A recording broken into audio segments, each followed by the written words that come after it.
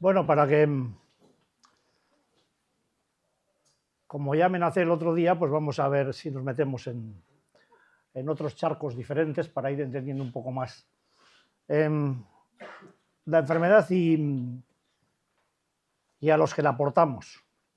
Entender un poco de qué va toda esta matraca a niveles más internos.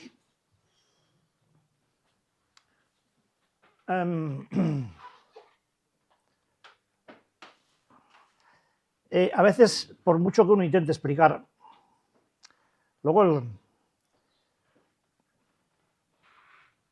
el comportamiento humano siempre te deja con cara de gilipollas, ¿no? Y es que no sé de cuántas formas hay que decir las cosas para que la gente entienda, para que la gente no se cubra, para que no se tape, para que deje de esconderse detrás de tantas y tantas cosas. Hoy me está acordando, toda la mañana me está acordando mucho de Marta, porque me imagino la impotencia de un médico ante determinadas situaciones, ¿no? Y irse para casa sabiendo que digas lo que digas es como si tienes tos y te rascas los pies. Digo esto porque vengo de un tanatorio, de una incineración, de un borracho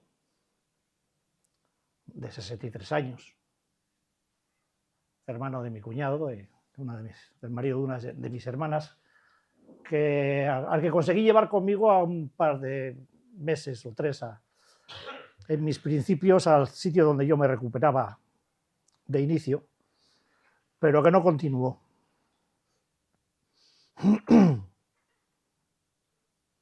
Y hoy en el tanatorio pues he tenido que oír tantas gilipolleces que me he ido antes de la incineración, porque si no, igual alguien se llevaba lo que no.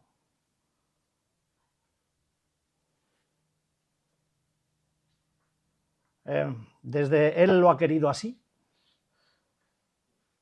hasta mira que se lo dijimos veces, pasando por eso de su familia más cercana. A ellos yo nunca les vi, ni allí, ni aquí, ni en ningún sitio que se precie buscando información sobre lo que se les venía encima. Un proceso de múltiples ingresos hospitalarios por caídas, básicamente, con roturas, pues, costillas, el húmero. Ahora estaba pendiente de una intervención en la que iban a ponerle una prótesis, a pesar de que tiene el hueso de la clavícula necrosado. Y ojalá me estuviera oyendo alguien que no me está oyendo, pero me gustaría que me oyese. Entradas y salidas con la ambulancia, y a los 3 días, en cuanto empezaba a coger un poco de aire, pues porque también tenía un proceso de neumonía bastante, pues fumaba como una puta bestia. Bueno, fumaba como bebía, o bebía como fumaba. Y a los 2 o 3 días, en cuanto empezaba a coger un poco de oxígeno, cogía el alta voluntaria y se piraba. Y si subía a buscarle a mi hermana, pues le decía que déjame aquí, que ya voy andando para casa. Casa Pepe, casa Lolo, casa... Hasta que el jueves pasado, estabais aquí vosotros cuando me llamaron, y me fui, estaba aquí en el Recalde, me fui al Recalde. Se cayó y se fisuró, se rompió 4 costillas. Claro, una de ellas pues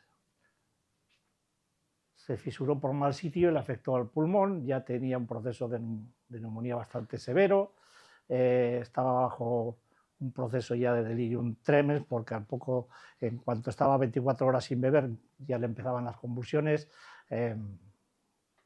y a las 4:30, 5 de la tarde, cuando estabais ahí en la reunión de la tarde, pues le desconectaron y duró poco más de 6 minutos vivo. En más de 20 años de vueltas por los hospitales, parece ser que nadie supo decirle o encontró, porque me imagino que se lo dirían 1.000.000 de veces. Tiene un informe médico, que pone fumador de 6 cigarros o así. 6 cigarros o así. O así. 6 cigarros o así. En una hora se fumaba más de 6. Bebedor de 6 o 8 cervezas diarias. Las que me dijo a mí la doctora de urgencias cuando aterricé con la crisis de ansiedad, que te bebes 8 cervezas diarias. Y me asustó solamente con la pregunta. Bueno, César no era de cervezas, era de vino. Pero hoy le he oído a su sobrino pequeño, que es el mismo que el mío, decir, es la primera vez que le veo sonreír a mi tío.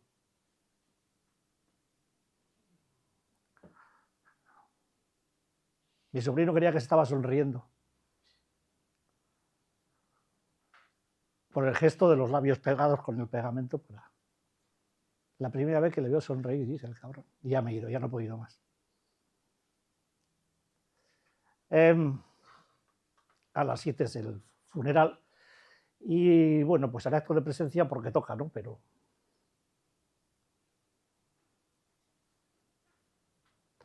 pues, no sé, porque como oiga alguna gilipollez más, pues ya no sé, ya tengo la sangre muy caliente como para que vaya a aguantar alguna subnormalidad más, ¿no? En 20 años no ha habido manera de que con todo lo que se le ha dicho, y me incluyo en eso porque lo he intentado muchas veces, ¿no? Pero de que le haya podido entrar en la cabeza las hostias que se ha pegado, los ingresos que ha tenido, no ha habido manera. Todo tenía la culpa, las aceras del pueblo, que son una puta mierda, el hijo puta del alcalde este, que es un cabrón, me cago en su puta madre, los bancos, no sé qué, todo tenía la culpa, menos el alcohol y el tabaco. Y veo a su familia pues mariposeando alrededor, haciendo lo que creen que es lo que hay que hacer, pues acompañarle cuando está ingresado, bajarle del hospital, subirle al hospital, pasarse noches en urgencias esperando a que te atiendan, no sé qué y no sé cuál. Y ahora me decían esta mañana, ya hemos descansado. Por si hay por aquí algún borracho o borracha, que tome nota. Porque al final, con lo que se queda nuestra familia, es que con que cuando nos morimos todo el mundo descansa.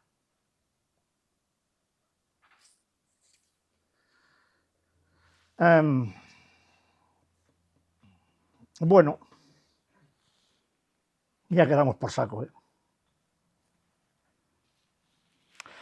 Yo que sé, estoy hasta los huevos de entierros y de borrachos muertos, ¿no? Decía que no tengo la sangre como muy asentada hoy. Y precisamente de eso es de lo que vamos a hablar hoy. Vamos a hablar de la adicción a nivel químico-emocional, de todo eso que nos corre por las venas. Porque la adicción corre por las venas.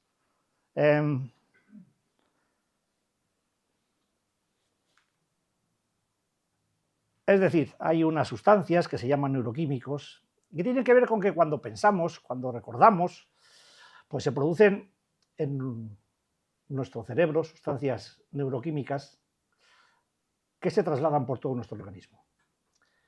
Y eso ocurre porque casi todos nuestros recuerdos pues tienen asociado un componente emocional. Es que esto se tiene que quedar muy grabadito para que podamos entender todo lo que nos viene detrás. Y la emoción, la que sea, positiva, negativa, primaria o secundaria, es ni más ni menos que una traslación de sustancias neuroquímicas que genera determinadas reacciones orgánicas. Hasta ahí vamos. Chicote, ¿te dejo una pinza? ¿Unos palillitos? Ah, estás... Parece que pones... Soy ninja. ¿Eres ninja? Para poco.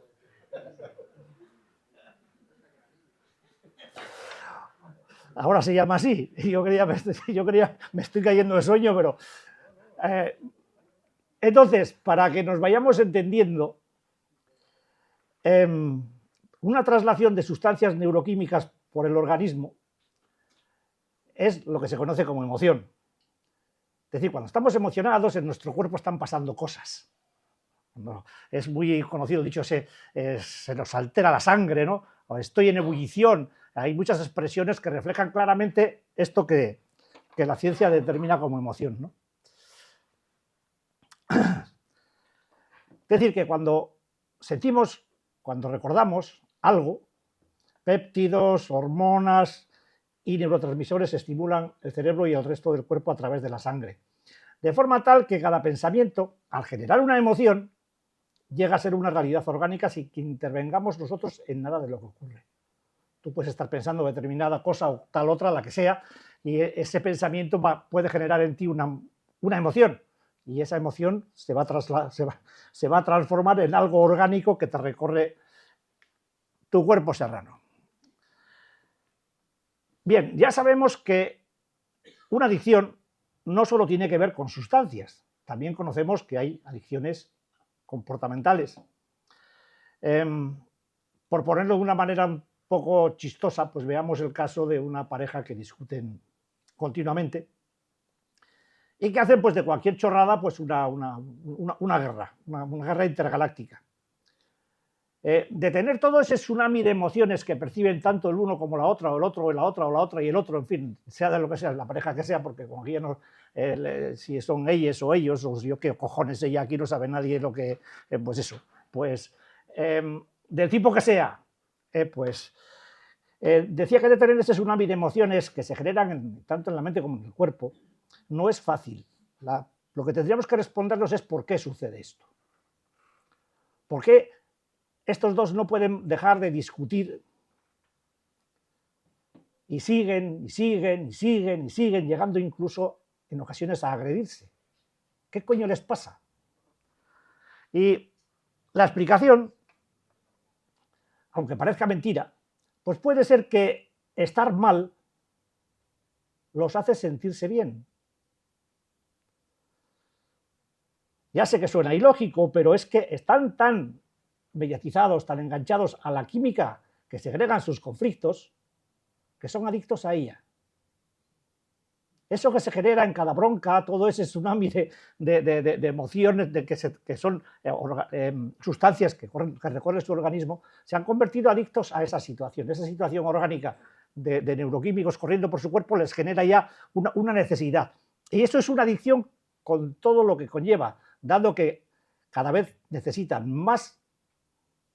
Es decir, se produce un fenómeno de tolerancia para conseguir que los efectos que antes se producían con menos. Es decir, que las discusiones se incrementarán. Y eso es lo que les hace continuar juntos a pesar de las broncas permanentes. Es que en un momento dado no podrían estar sin su dosis. De hecho, si pasan mucho tiempo sin pelotona, viven una especie de síndrome de abstinencia y se buscan, y a por otra. No sé cuántos de aquí sois de cuadrillas, pero siempre ha habido, bueno, en mis tiempos por lo menos se estilaba el de dos de la cuadrilla que estaban siempre enganchados, siempre a bronca. Siempre estaban enganchados. Pero luego no paraban de buscarse. Y cuando uno de los dos no estaba, el otro estaba como sonámbulo, como yo te he perdido. Ahora, en cuanto llegaba el otro ya estaba y automáticamente empezaba la bronca. Y a veces pues nos descojonábamos porque ya es que si no discuten no están a gusto, ¿no? ¿Qué les pasa? Pues eso, que se han enganchado a una serie de sustancias que se generan por esas situaciones que ellos viven. Pero bueno, hemos mencionado un caso en el caso de parejas, pero bueno, pues esto pasa lo mismo en cualquier tipo de relación. Nos pasa con los hijos. Hay determinadas madres que con determinados hijos, joder, tienen unas broncas de cojones. Y a veces, ¿por qué no le pasará con los otros? Bueno, pues porque tienen un cierto feeling. Pues bueno, también pasa con amigos, como decía, con padres, con compañeros de trabajo, con desconocidos y hasta con nosotros mismos. Y aquí empieza la guerra. Podemos llegar a ser adictos a las emociones que sentimos cuando estamos solos. Ya lo creo que podemos. La toxicidad es una cuestión de costumbre, como tantas otras cosas. Y aunque nadie reflexione sobre ello, queramos o no, somos adictos a los químicos y a las emociones que se producen en nuestro cerebro y en nuestro cuerpo, y como reacción a lo que nos genera el entorno y nuestros propios pensamientos. Nos podemos habituar a una forma concreta de pensar y engancharnos a ella, porque los químicos que segregamos con ese tipo de pensamientos, y no tiene que ver que sean buenos pensamientos o que sean malos pensamientos, tiene que ser que se repitan con la frecuencia suficiente como para que nos habituemos a lo que nuestro organismo segrega cuando los pensamos. Hablamos de químicos que afectan el estado de ánimo, las cosas que hacemos, las creencias que tenemos, las percepciones sensoriales y hasta lo que aprendemos. Y cualquier interrupción de ese nivel químico habitual provocará incomodidad y malestar. De modo que haremos todo lo posible, conscientemente o no, para restablecerlo. Me vais siguiendo, ¿verdad? Muy despacito hoy. Es que cuando estoy muy nervioso me pongo muy despacio. ¿Sí? Es una de las cosas que he controlado con el paso de los años y de la... Bien, tenemos que entender que las células están acostumbradas a una cantidad concreta de químicos, sustancias en determinadas cantidades, químicos producidos por el cerebro, y que si terminan por imponer su demanda, las células, si terminan por imponer su demanda de químicos, pues normalmente perdemos el control consciente o racional, pues porque la química de las emociones, de todo esto que solicitan nuestras células, ocurre en el cerebro subconsciente, en el cerebro emocional, en el cerebro medio, en el sistema de recompensa, y allí prácticamente no tenemos ningún control. Me seguís entendiendo, ¿verdad?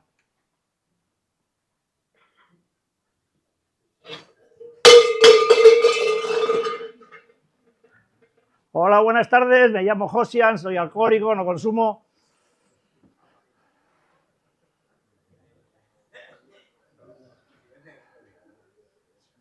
Vale, empezamos de nuevo. Decía que en el cerebro medio no tenemos prácticamente ningún control. Pero para que viváis más la reflexión, observa esto.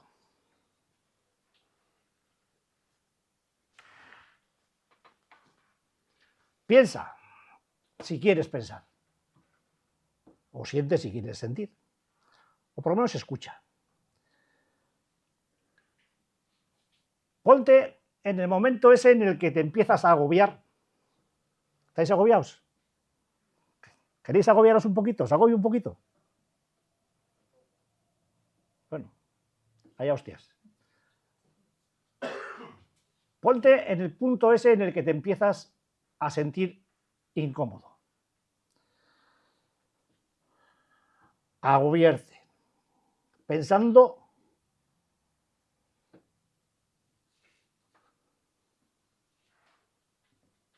Iker, ven aquí.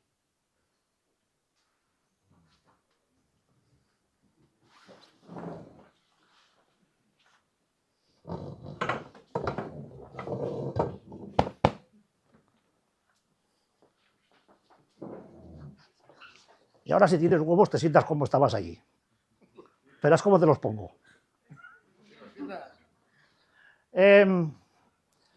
Poneos en ese momento en el que os estáis agobiando, no como estaba aquí el socio, que estaba ahí, que casi le llegaban las piernas aquí y la cabeza a la casa de enfrente. Ponte en ese momento en el que te empiezas a agobiar pensando, o mejor,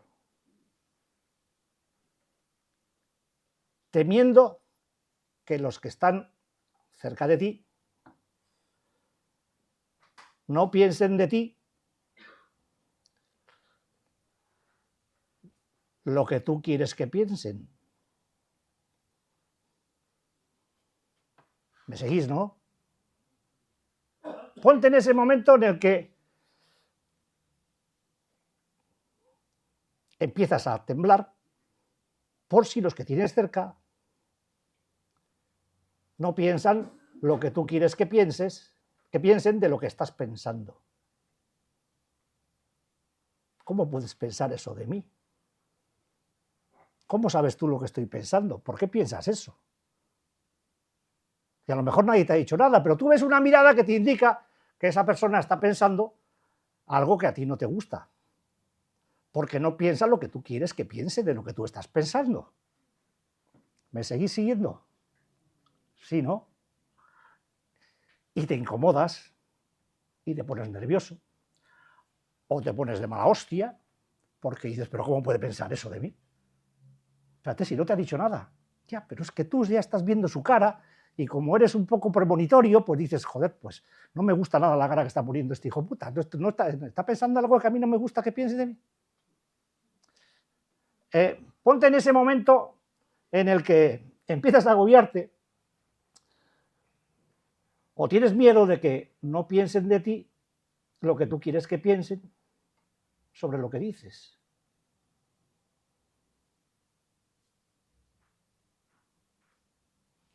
Cuando tú dices algo, lo dices con una intención o simplemente hablas por hablar. Y del frente pues te puede sacar una lectura de lo que tú dices que no es precisamente la que tú quieres que saque. Entonces ya no estamos hablando de un pensamiento que tú has explicado, sino que estás diciendo una cosa, estás explicando lo que sea y la gente está pensando cosas que tú no quieres que piensen, porque no es eso lo que tú estás intentando explicar. Que es lo que me pasa a mí todos los sábados. Pero como yo ya estoy entrenado, pues podéis pensar lo que se os ponga de los mismísimos. Mientras yo siga yendo a entierros, en vez de que vosotros vayáis al mío, pues es lo que hay. Aunque para ir al mío vais a tener que navegar un rato, pero bueno. Imagínate qué estado de incomodidad se prepara dentro de ti solo porque alguien está haciendo una interpretación que no es la que tú quieres o la que tú crees que tiene que hacer, porque tú eres el que crees que el otro tiene que pensar lo que tú crees que tiene que pensar, no lo que él piense. Tú no dices las cosas para que el de enfrente tenga la libertad de interpretar lo que a él le parezca. No, no, no. Tú dices las cosas porque quieres que esa persona piense lo que tú quieres que piense. Lo que tú quieres, eso es, lo que tú quieres que piense. Es que es un poco lioso esto. Pero, bien, el Trabalenguas os pone, ¿no? Imaginados que estáis, pues, temiendo porque habéis hecho lo que sea, con toda la buena intención del mundo, y resulta que los de enfrente o el de enfrente está pensando justamente lo contrario de lo que tú pretendías con lo que has hecho. ¿Y cómo te subleva por dentro? ¿Cómo te pone? Joder, pero ¿cómo hostias ha podido entender tal cosa? He hecho una cosa que era totalmente bien intencionada. Y además tampoco es que fuera mala, pero al de enfrente le ha parecido mala. ¿Con qué cabeza puede pensar esa persona que lo que yo he hecho es perjudicial, o está mal, o no es conveniente?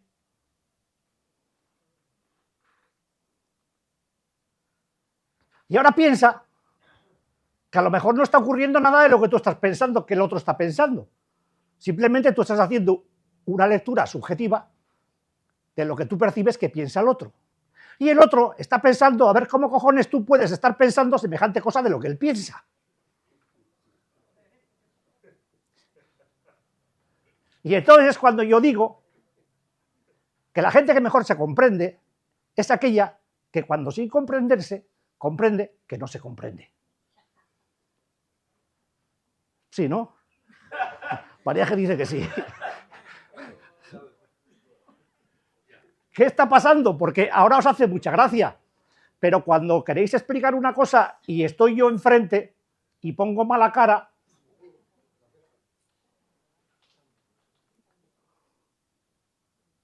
¿y cómo puedes pensar eso? ¿Y por qué tengo que pensar otra cosa? Tu lenguaje corporal explica cosas. La postura que tienes sentado explica cosas. Las caras que pones cuando yo hablo explica cosas. Y muchos días cuando estoy hablando, pues me descentro porque estoy viendo algunos caretos que, pues no sé, a lo mejor tenemos que coger un día y traer capuchas, que dejen solamente los ojillos abiertos y así yo me explayo. Lo de las mascarillas estaba bien, pero me quitaba mucha información. Lo que no sé es si eso es bueno o es malo, porque a veces es mejor que te quite información porque te vas con la conciencia más tranquila que no encabronado porque estás viendo determinados gestos o determinadas posturas que dices, joder, ¿y hoy qué estoy diciendo yo? Vale, pues cuando te empiezas a poner nervioso y agobiado porque lo que tú crees que tiene que surgir enfrente no surge, ¿qué es lo que pasa en tu cuerpo? ¿Qué es lo que te pasa? ¿Qué percibes? ¿Crees que solamente es un proceso mental? ¿Qué es lo que te pone nervioso? ¿Lo que piensas? ¿O la traslación de ese pensamiento a un nivel orgánico que te corre por las venas y te empiezas a poner, me cago en tu puta madre, si te estoy diciendo justamente lo contrario, ¿qué me estás contando? Pero tú dentro de ti, y empiezas a... ¿sabes? Te empiezas a salir humo por las orejas y ya de repente pues no se te sube una ceja, se te suben hasta los pies. ¿Qué está pasando aquí? Cuando alguien le comenta a alguien o se pega con el codo o se echa una sonrisita y tú estás...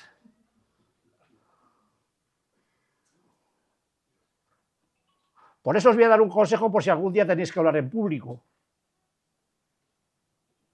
En todas las salas, en todos los auditorios hay una persona receptiva. Yo le llamo el idiota. O la idiota, porque para prestarme atención a mí hay que ser idiota integral.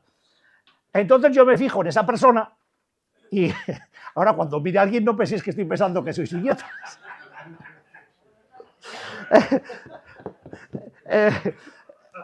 Pero ya me entendéis, ¿no? Siempre hay alguien que está atento y es receptivo al mensaje que estás lanzando. Y eso te va a ayudar a evitar todo el resto del teatro, porque entonces, pues seguramente lo mejor que puedes hacer es callarte y irte a tu casa. Bueno, como entiendo que no habéis entendido ni una puta palabra de lo que he dicho, o no estáis de acuerdo porque lo estáis demostrando riéndos, pues recuerda cómo te quedas cuando alguien a quien quieres, alguien de quien estás enamorado, que es otra situación química, bioquímica, el amor es química pura. No sé si lo sabéis. Por eso es que se te queda la cara de idiota cuando estás enamorado. Imagínate que ese alguien de quien te has enamorado te deja definitivamente. ¿Qué pasa en ti? Te ves perdido. Te ves totalmente descompensado. Neuroquímicamente, bioquímicamente descompensado. En ti hay una serie de sustancias que ya no se segregan y que la mera compañía de la otra persona las produce en ti por el solo hecho de estar cerca tuyo. No hace falta que estés haciendo el amor ni que te estés... No, simplemente porque esté contigo o porque tú sepas que está contigo, aunque tú trabajes en Terranova cogiendo bacalao y la otra persona esté aquí. El hecho de saber que tú sigues siendo parte de ese núcleo que habéis formado te genera una situación anímica de estabilidad, de bienestar, de placer, de lo que tú quieras.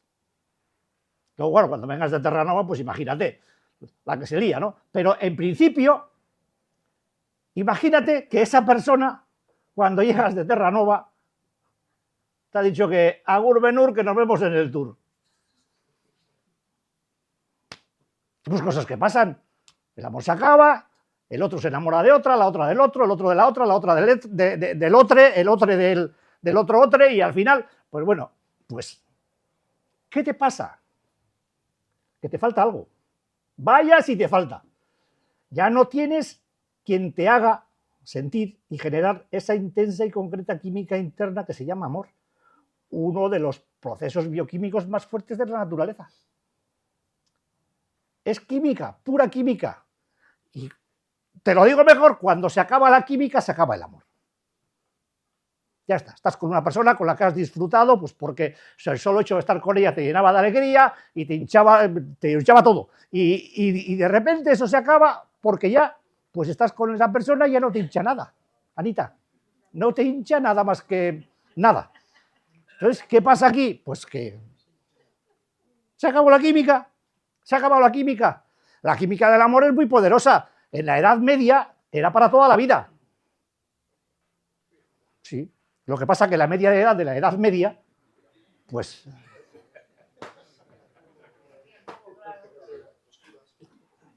Pero los curas no se casaban. Las monjas sí. Bueno, el caso es que la media de edad pues era de unos 40 o 45 años. También es verdad que con 15 o 16 se casaban. Pero bueno, los ciclos de 10, de 3, 4 décadas, pues siguen sin superarse. Hoy la gente vive 90 años. Y dices, joder, si yo conocí a mi pariente cuando tenía 17 y 40, 47, ¿no? 57. Y entonces llega un momento en que dices, bueno, pues mira, pues ¿qué? Ya el amor te obnubila, te deja así como para allá, ¿vale? Le miras a los ojillos, y toda tu química corporal se te pone una cara de idiota, como la cada uno que yo me sé, y te quedas ahí como diciendo, pero bueno, llega un momento que ya le miras a la otra, y dices, Dios, se tiene bigote.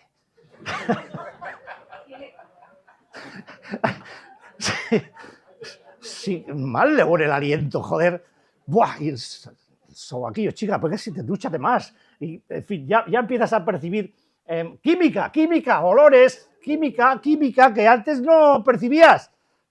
Si llega un momento, por decirlo de una manera un poco esto, que hasta los pedos te gustaban, pero ya llega un momento en que no, es como de chica, vaya, te habrás quedado bien, ¿no?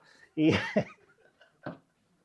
bueno, pues todo eso se llama amor y es química, pura química. Y cuando la química esa se acaba, pues la pareja puede seguir, pero no como pareja. Puede seguir, bueno, sí, como pareja de amigos, pues no sé. A ver, para que nos centremos más. Ya que estamos con el tema, pues observa la química del beso. Piensa que con un beso bien dado, de estos que nos damos aquí, de un beso, se activan 30 músculos faciales. 30. Fíjate, una cara con 30 músculos. 17 de ellos están relacionados con la lengua. Se transfieren, con un beso bien dado, 9 miligramos de agua, por si tienes sed. 0,18 de sustancias orgánicas, miligramos, 0,7 de materias grasas, 0,45 de sales minerales, además de millones de gérmenes, bacterias y microorganismos, y se queman a lo largo de 3 minutos unas 15 calorías, o sea, unos 300 calorías hora. No sé qué hacéis que no os estéis besando ya. En vez de ir al puto gimnasio donde os ponéis como tontos de sudar como bestias. Pues comeros los morritos y leña al mono. Así que fijaos lo que puede ocurrir con un beso bien dado. Porque detrás de ese gesto tan extendido, que se sabe que pasaremos como 2 semanas de nuestra vida besándonos, lo que supone que gastaremos unas 108.000 calorías, hay un universo químico muy complejo. El deseo de besar, que además tiene un nombre científico, filemamanía, es decir, que el beso es una droga natural. El cerebro es adicto a la oxitocina que se produce cada vez que nos besamos. La oxitocina influye en funciones básicas como el enamoramiento, el orgasmo, el parto y el amamantamiento, y está asociada con la afectividad, la ternura y el tacto. Joder, lo que hace un beso, ¿eh? La próxima vez que le deis un beso al pariente o a la parienta, os lo vais a pensar bien, ¿eh? Fíjate lo que estamos haciendo, cariño. Te voy a levantar el sistema inmune, te voy a transferir y encima te voy a hacer adelgazar, cenutrio, que eres un cenutrio. Joder. Además, la liberación de endorfinas que se produce cada vez que juntamos los morritos, pues combate el desánimo, y evita la depresión. No sé por qué no os estáis besando ya. Porque el beso, antes que nada, es placer. Cuando fundimos nuestros labios en un beso apasionado, las pulsaciones cardíacas suben a 130 al minuto. Se libera adrenalina, baja la tasa de colesterol y de intercambiarse bacterias se refuerza el sistema inmunitario. Joder, no sé qué hacéis que no os estáis besando ya. Hostia, por ahí ya están haciendo proposiciones. Así que, hombre, tened en cuenta una cosa que también puede pasar, que cuando la cantidad de neuroquímicos sea excesiva, sea demasiada, pues vamos, cuando nos hacemos de besos, pues las células del cuerpo no tengan capacidad para procesar tanta información enviada por el cerebro y empiecen a funcionar mal. Incluso pues que se bloqueen. Pues como todo, la ley de la tolerancia, sigo. Ya sin besos. Imaginaos ahora una relación de pareja donde siempre hay uno que hace quedar al otro como el malo de la película, como el tonto. Bueno, con el tiempo y con la repetición de esas actitudes, la persona afectada, la que siempre queda como la tonta, pues se va volviendo menos susceptible y deja de reaccionar a las acusaciones de la otra, o se lo toma como algo sin importancia. Vamos, que llega un momento en el que le importa un huevo lo que la otra diga. ¿Qué está pasando ahí? ¿Que se ha hecho más fuerte mentalmente? Está pasando que su organismo ya ha desarrollado tolerancia y a las impertinencias de la otra, pues le entra por una oreja y sale por el otro. Pues lo mismo que os pasa a vosotros aquí los sábados. Os entra por aquí, os sale por aquí y los tapones que tenemos ahí no los sacamos. Tenemos unos tapones para las orejas derechas. Pero José no los quiere sacar porque se gastan.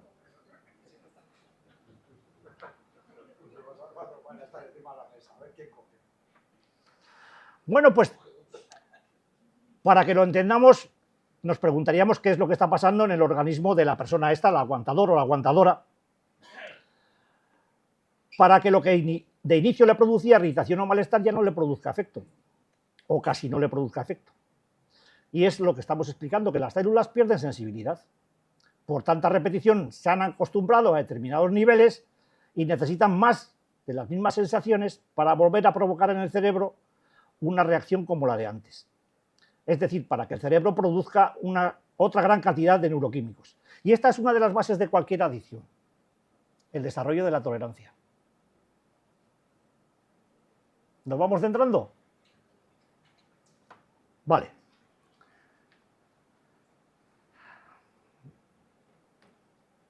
Es verdad que la mayor parte de la gente piensa que las emociones son procesos inmutables, es decir, que no varían, pero eso sería como decir que aún estamos en la edad de piedra, aunque viendo cómo está el mundo, pues no sé yo. Y que pues las emociones primarias, ira, el miedo, la aversión, el asco, la sorpresa, la tristeza y la alegría, pues serían las dominadoras absolutas de nuestra vida y de nuestras relaciones. Sin embargo, tenemos un cerebro con un potencial asombroso, capaz de lograr cosas tan increíbles como romper los patrones químicos problemáticos y reinventar otra manera de sentir y de pensar. Es decir, no estamos condenados a ser los cenutrios viscerales que por genética tendríamos que ser. Ya no somos anfibios, no somos reptiles. Tenemos 2 cerebros más encima del reptiliano, ¿os acordáis?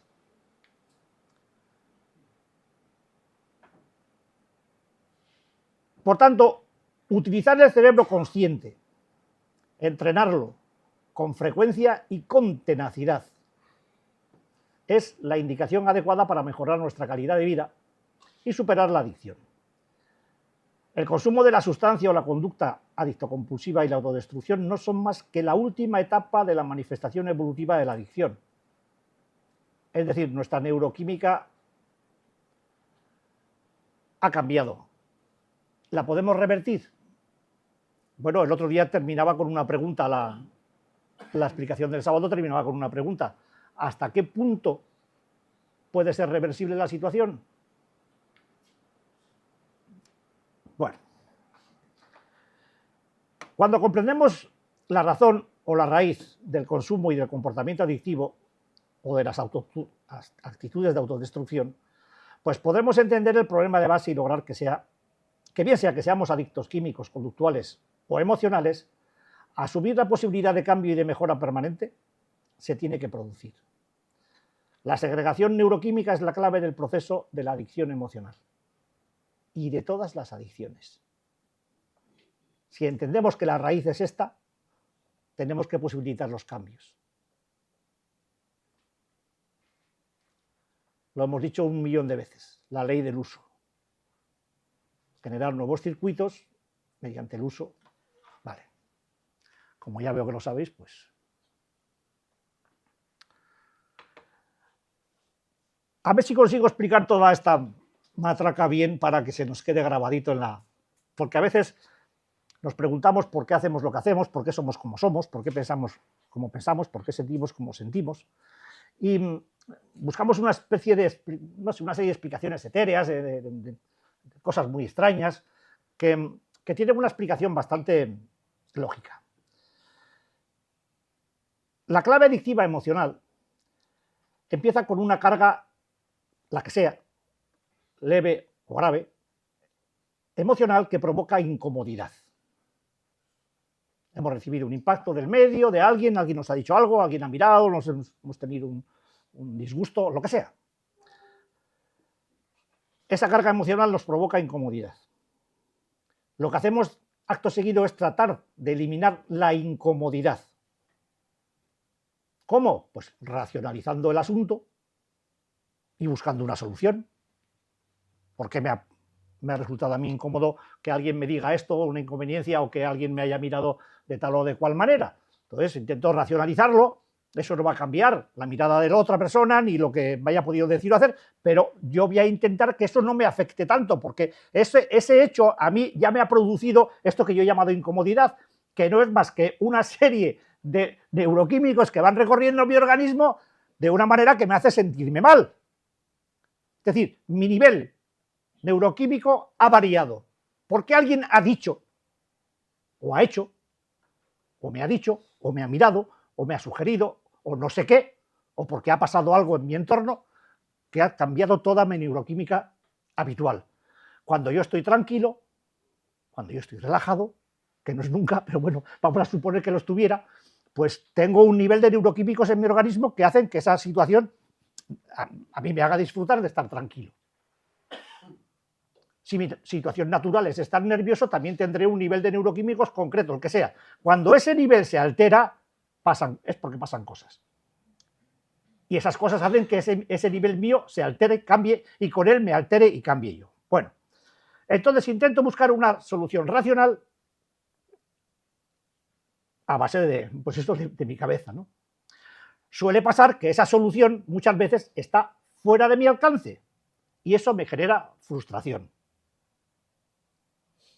¿Vale? Vamos bien hasta ahí, ¿no? Una carga emocional que provoca incomodidad, desasosiego, malestar. Un intento de eliminar esa incomodidad a base de pensar, racionalizarlo. Intento buscar una solución que a veces, muchas veces o pocas veces está fuera de mi alcance. Y eso me provoca otro malestar al que le he llamado frustración. Me siento frustrado porque no encuentro una solución para ese problema que me irrita, a pesar de intentar racionalizarlo y darle un brochazo de lo que sea, ¿no? ¿Cómo se me presenta a mí esta frustración? Pues se manifiesta como culpa, como dolor, como miedo o como rabia, o de las 4 maneras, todas juntas. Eso vuelve a incrementar el malestar, que puede llegar a ser tan insoportable que al tratar de reprimirlo cuando ya está en unos niveles altos y no poder, pues busque la evasión de esa situación a través de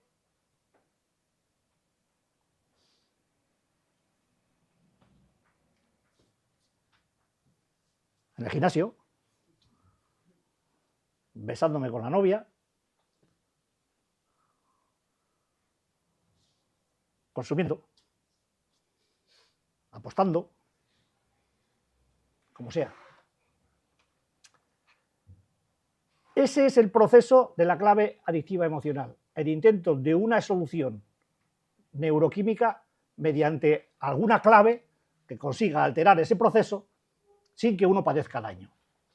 Pero el trasiego neuroquímico de nuestro organismo no es tan sencillo de contener. No puedes poner una presa y parar, venga, hasta en este momento dejo de enfadarme, ya está. ¿Me estás mirando de mala manera? Pues mira, ¡plop!, ya está, bloqueado. Ya me puedes mirar como te dé la gana, que no me va a afectar en absoluto.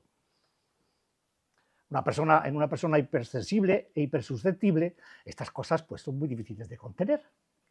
Y hacerse un flemático inglés, pues nosotros, si acaso, no sé si escocés a lo mejor, pero inglés, no sé yo. Otro ejemplo. Alguien se siente mal y va al doctor y dice, doctor, me siento mal. El doctor le dice, pues siéntate bien. Alguien se siente mal y cree que es porque tiene muy mala comunicación con su pareja. Hoy va de parejas esto. Habla con ella y le explica pues que el hecho de no entenderse bien pues le hace sentirse mal. Y la otra parte pues no responde como ella cree que debe de responder. Un poco lo que estaba diciendo al principio, ¿no?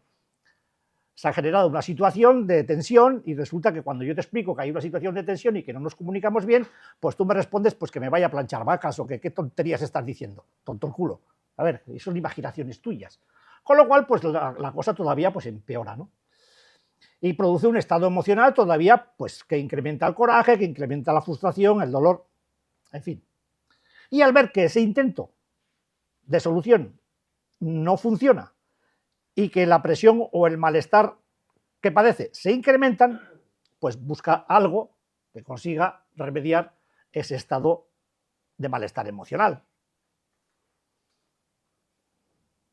Eureka. Hay cosas que consiguen que esa situación emocional se altere de una manera muy rápida. Las digo. ¿Sabéis, no? Un traguito de agua, con gas o sin gas, hecha en casa, un cencerro que se cae, una droga de mierda como esa. ¿Dónde vas?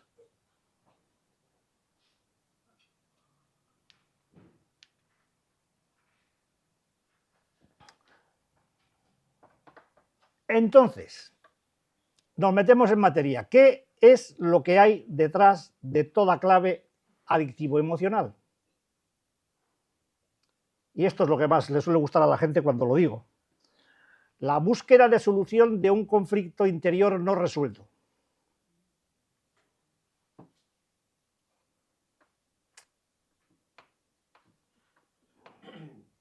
Esa es la clave. Un conflicto imposible de arreglar ahogándolo con consumos o con conductas adictivas. Porque eso lo único que hace es provocar, generar flashes intemporales de cierta pseudo-tranquilidad que se convierten en la trampa que lleva la adicción. Hay un refuerzo positivo y hay un refuerzo negativo que hace que cuando tú te sientes mal y tomas algo, si de inmediato te empiezas a sentir bien, eso se quede condicionado en tu cerebro y entiendas que cada vez que te encuentres mal vas a necesitar un trago para sentirte bien.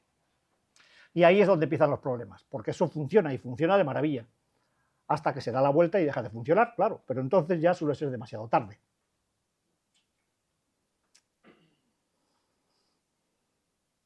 Las cadenas de la adicción son muy ligeras cuando uno está a tope con ella y son muy gruesas cuando uno se las quiere quitar, tanto que muchas veces no se puede. Y acaba pues como César, ¿no? En un tanatorio.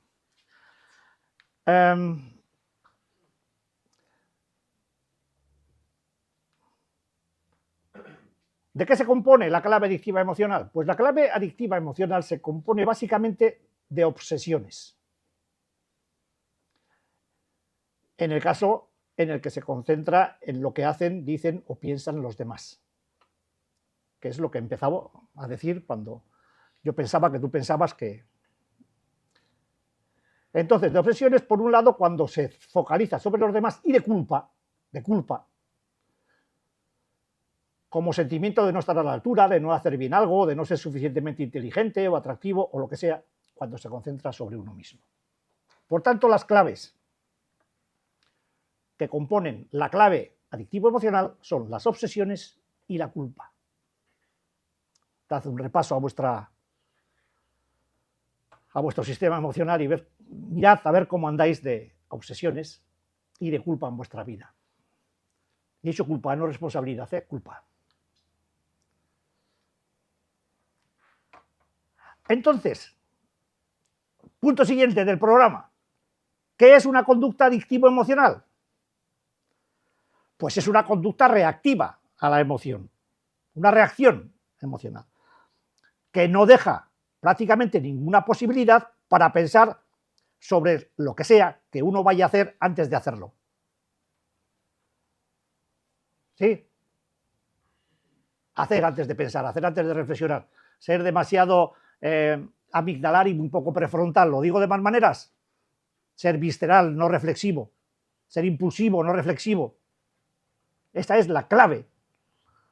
La conducta reactiva a la emoción. Sentimos la emoción y reaccionamos. Nuestro prefrontal no se puede utilizar como inhibidor sencillamente porque es más lento. Ya lo expliqué el otro día con los 3 cerebros también. Hablamos de una diferencia de casi medio segundo entre una cosa y la otra. Y cuando la visceralidad ocupa todo tu potencial, porque eres una persona adicta, que se nutre de visceralidades y por eso consume, entre otras muchas razones, pues entonces estamos apañados, ¿no? Es decir, que lo emocional predomina de una manera prominente, que razonar supone un esfuerzo sobrehumano y que a medida que se crece en edad es aún más costoso. La reactividad visceral es más animal, mucho más fácil. Solo hay que dejarse ir y ya está. Y empezamos a dejarnos llevar por la reactividad emocional y acabamos pues como un burro, como una bestia, que es lo que somos muchos de los que estamos por aquí. Bueno, por lo menos yo. Así que ya sabemos más cosas. ¿Se puede cambiar? Pues sí. ¿Cómo se cambia? Cambiándola. Aquí tenemos por costumbre no solamente enumerar los problemas, sino también las soluciones. El cómo se hace. Lo único que no hacemos bien es hacerlo. O sea, hacéroslo. Se dice cómo se hace, pero lo tenéis que hacer vosotros. Igual, no sé, si ponemos así a una media de 10.000 al mes, a lo mejor hasta os lo podemos hacer. Ya hay quien los cobra y se quedan tan anchos y no están muy lejos de aquí. ¿Cómo cambiar toda esta clave? Primero, tomando conciencia de ella. Si hoy hasta aquí hemos conseguido tomar conciencia de que hay un proceso en clave emocional y que de él se traducen todas o casi todas nuestras respuestas a las situaciones de vida que vivimos, ya habremos hecho algo. Así que en primer lugar, tomar conciencia de que tenemos este tipo de claves. En segundo lugar, aceptando que existe. Otra vez aparece la aceptación como clave. Aceptando y dejando de luchar contra ella, porque cuanto más te peleas contra esa clave, más fuerza coge, más se potencia. Y finalmente, dotándola de contenido razonable, es decir, usando el prefrontal, es decir, cargándola de razón para que caiga por su propio peso. Le echamos carga razonable para que por su propio peso caiga. Entonces, toma de conciencia, aceptación y dotación de contenido razonable. Es decir, no dejarnos ir y utilizar la parte del cerebro que menos utilizamos, la razón, la reflexión, el prefrontal. Pero claro, esto de tomar conciencia, pues así dicho, puede sonar a chino, así que vamos a explicarlo también. No es tan fácil tomar conciencia de algo que uno no acaba de conocer o que no conoce del todo. La manera de tomar conciencia de ella es conociendo las 4 conductas adaptativas básicas de funcionamiento humano, identificándose con la que se tenga más coincidencias, observando cómo se viven en el día a día y cambiando todo lo que haya que cambiar sin contemplaciones. Las conductas adaptativas básicas son las siguientes. La conducta responsable con la emoción. La conducta adaptativa a la emoción. La conducta inadecuada con la emoción. Y la conducta conciliadora con la emoción. Estas son las 4 conductas adaptativas básicas de las personas humanas. Lo responsable, lo adaptativo, lo inadecuado y lo conciliador. ¿Qué coño?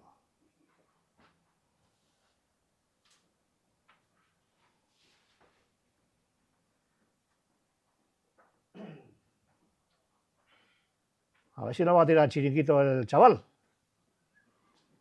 Que estas paredes son de mírame y no me toques.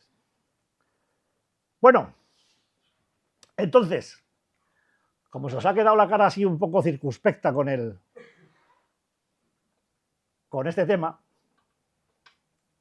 no os preocupéis. Porque hay maneras de ir más allá de la toma de conciencia. ¿Cómo podemos ir más allá de la toma de conciencia de estas 4 conductas adaptativas básicas? Manejando las fases de cambio y aprendizaje. ¿Cuáles son las fases de cambio y aprendizaje? Seguro que las sabéis. Observar, identificar, conocer y cambiar. Mira que lo hemos dicho veces, pero bueno, con otras palabras, pero al fin y al cabo. Bueno, ¿cómo se asientan las conductas adaptativas básicas en la adicción emocional?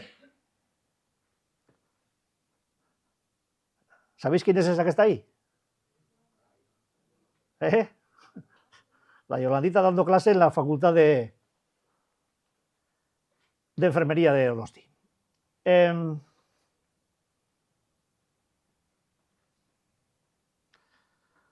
¿Cómo se asientan las conductas adaptativas básicas en una persona con un problema de adicción? Bueno, este es el meollo de la cuestión. Porque clásicamente se convierten en una manera de ser. Una manera de ser generada para sobrevivir en estados emocionales casi permanentes de dolor, frustración, ira, culpa o tristeza.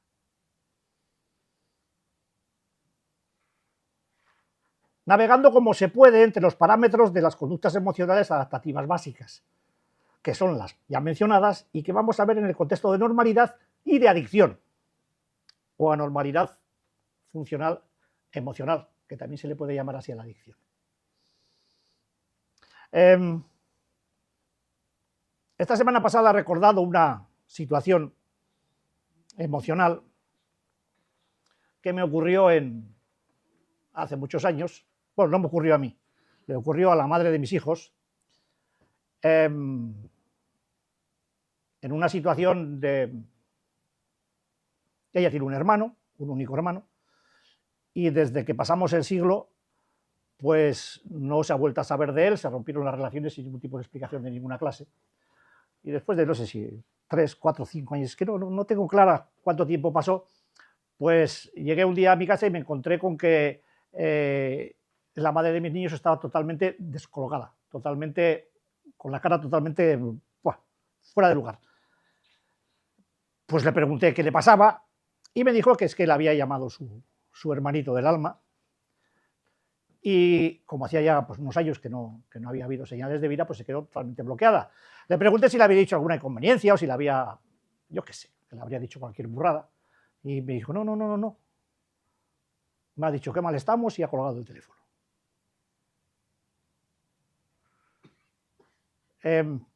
Hablo de una persona muy tranquila, muy difícil de alterar.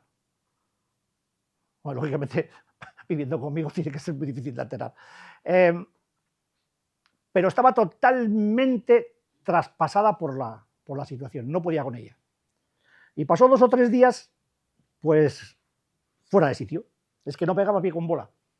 Estaba totalmente descolocada en todo, en todo. Y, bueno, yo dejé la situación porque entendí que era lo que tocaba y porque no parecía que ella pudiese entender lo que le estaba pasando. Hasta que unos días después, un tiempo después, tampoco me acuerdo exactamente, le dije, pero vamos a ver, ¿quieres entender qué es lo que te pasa? ¿Sabes lo que te pasa? Y yo, pues no me ha pasado esto, pero bueno, ya se me pasará. Y digo, sí, se te pasará, sí. Pero si quieres tomar nota de lo que estás viviendo, me gustaría que entendieras que esa situación que tú has vivido de desborde emocional, de descuadre, de desequilibrio, es la que vivo yo todos los días, de todas las semanas, de todos los meses, de todos los años que tengo. Y me dijo, imposible. Así no se puede vivir.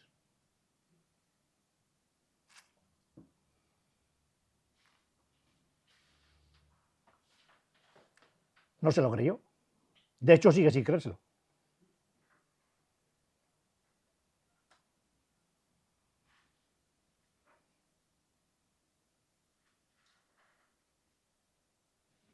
Estamos en estas, ¿eh?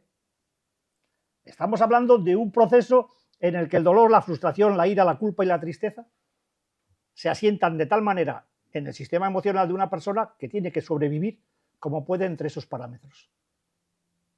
Y las conductas adaptativas básicas explican muy bien cómo se ha podido, o lo explica, intentaré explicar muy bien cómo se ha podido o cómo puede sobrevivir una persona navegando entre estos islotes. Porque es que luego muchas veces la gente se pregunta, en un proceso de rehabilitación como este, otros no lo sé, qué es lo que está pasando y por qué tanta exigencia de atención, por qué tanta exigencia de sudar la camiseta, por qué tanto empeño en que se hagan las cosas de la manera estructurada. Pues precisamente porque estamos hablando de una serie de parámetros que se nos van de las manos con una facilidad tremenda, porque es tan camaleónico todo el proceso, es tan difícil y está tan lleno de paradojas que es prácticamente, no voy a decir imposible, pero bueno, de hecho solamente 1 de cada 6 sale adelante en los procesos de rehabilitación de la adicción. Eso implica una entrega a la misión totalmente total. Porque si te pones a hacer esto estilo compadre, si no te enteras de las 4 conductas adictivas básicas, si no te enteras de cuáles son los fenómenos, y estoy hablando de estas 4 perlas que se tienen que quedar grabadas en la cabeza de cada uno de nosotros: la conducta responsable con relación a la emoción, la conducta adaptativa con relación a la emoción, la conducta inadecuada con relación a la emoción que vives y la conducta conciliadora con relación a la emoción. Estos 4 cuadros de responsabilidad, adaptación, inadecuación y conciliación los tenemos que ver o percibir de una manera asentada, entendiendo todo en toda su profundidad, porque si no, pues no nos enteramos de la fiesta.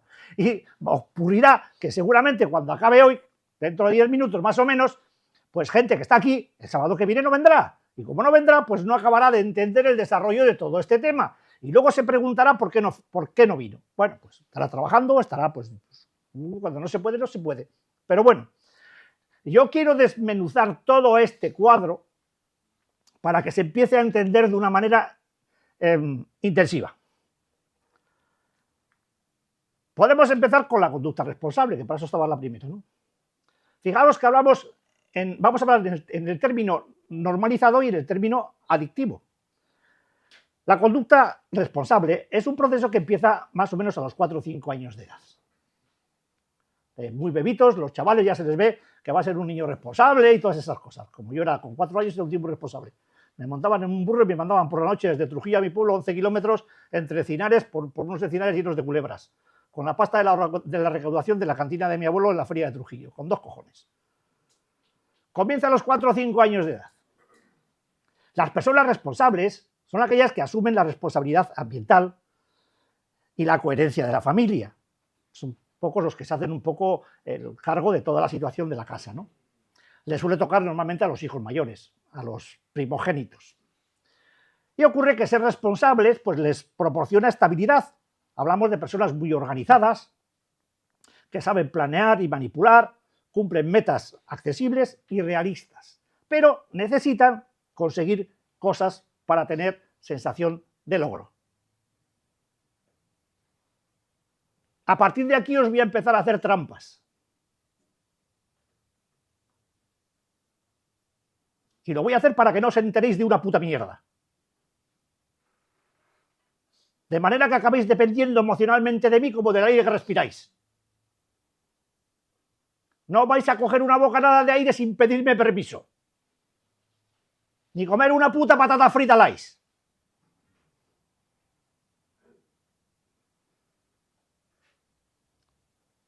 ¿Me habéis entendido bien? El hecho de la responsabilidad a las personas de conducta responsable les genera estabilidad. Pero necesitan conseguir cosas para tener sensación de logro.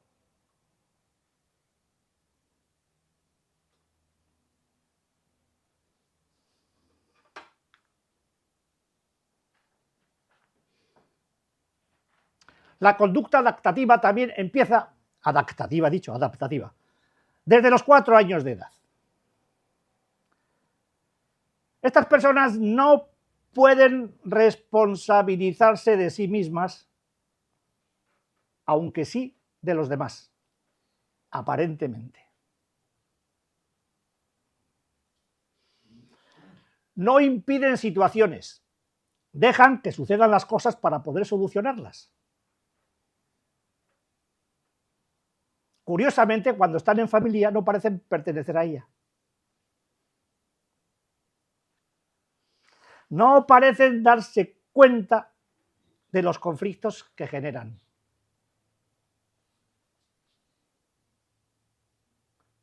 Dan una apariencia de egoístas. No reflexionan sobre su vida. Y responden óptimamente ante las situaciones que se van generando en el día a día. O sea, que una persona adaptativa, pues, no se responsabiliza de sí mismo, pero sí de los demás.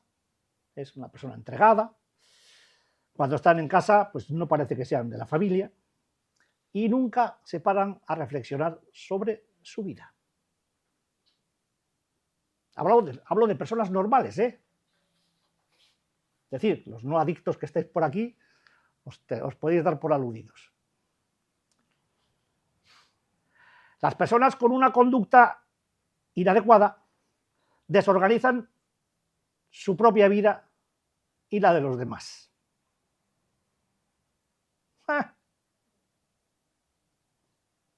La familia se tiene que centrar en ellos y en los líos que provocan. Me voy que me meo.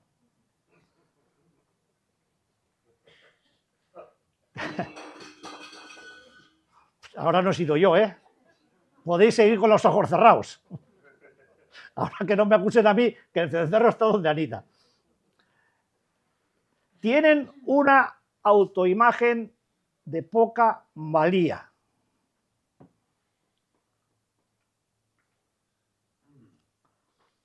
Un mero reflejo de lo que les ocurre. Les resulta imposible comunicar sus sentimientos de forma sana.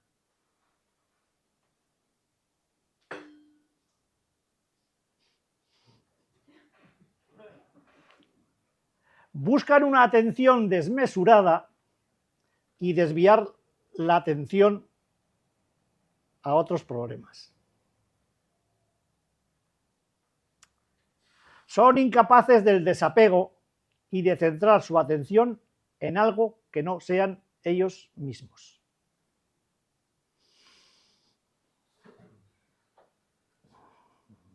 ¿Habéis tomado nota, no? Bueno, pues ya que se está dejando el gato de relamerse, la conducta conciliadora.